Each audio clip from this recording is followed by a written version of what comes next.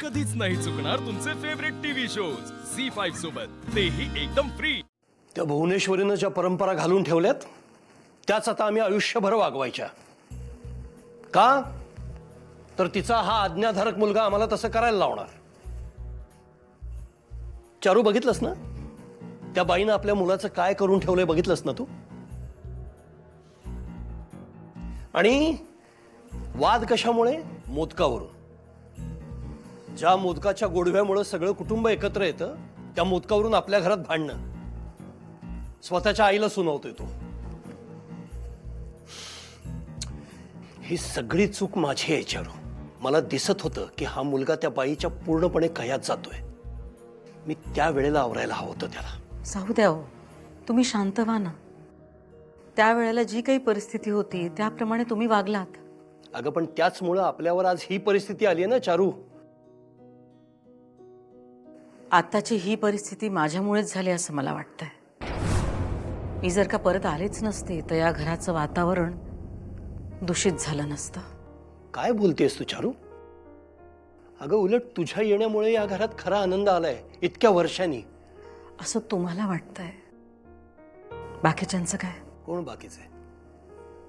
ती दुर्गेश्वरी आणि चंचला, त्या भुवनेश्वरीच्या काळ्या सावलेत. त्यांच्याकडनं काय अपेक्षा करशील?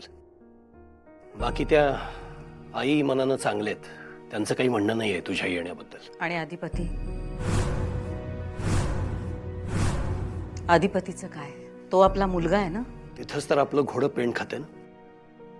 त्या भुवनेश्वरीचं भूत आहे त्याच्या मानगुटीवर. भूत नाही, अधिपतीच्या मनात त्यांच्याबद्दल प्रेम आहे, आदर आहे, माया आहे.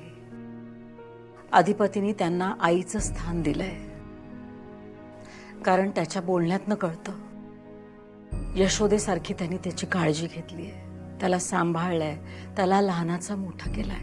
चारू, त्या बाईला एकदाही न भेटता, तिच्याशी न बोलता तुलाही असं वाटलं की तिनं खरंच यशोदेसारखी माया केली?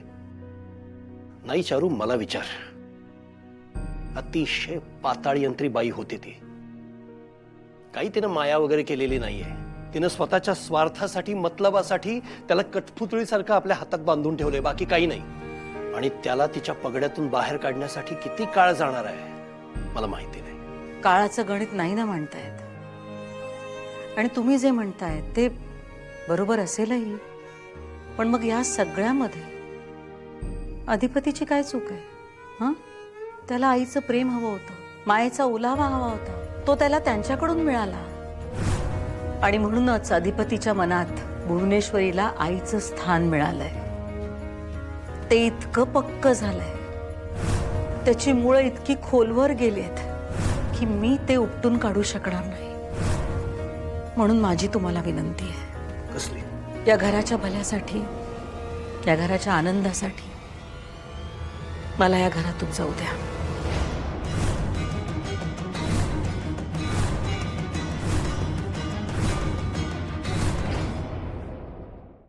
झी5 ॲप डाउनलोड करा आणि पहा सर्व एपिसोड्स एकदम फ्री.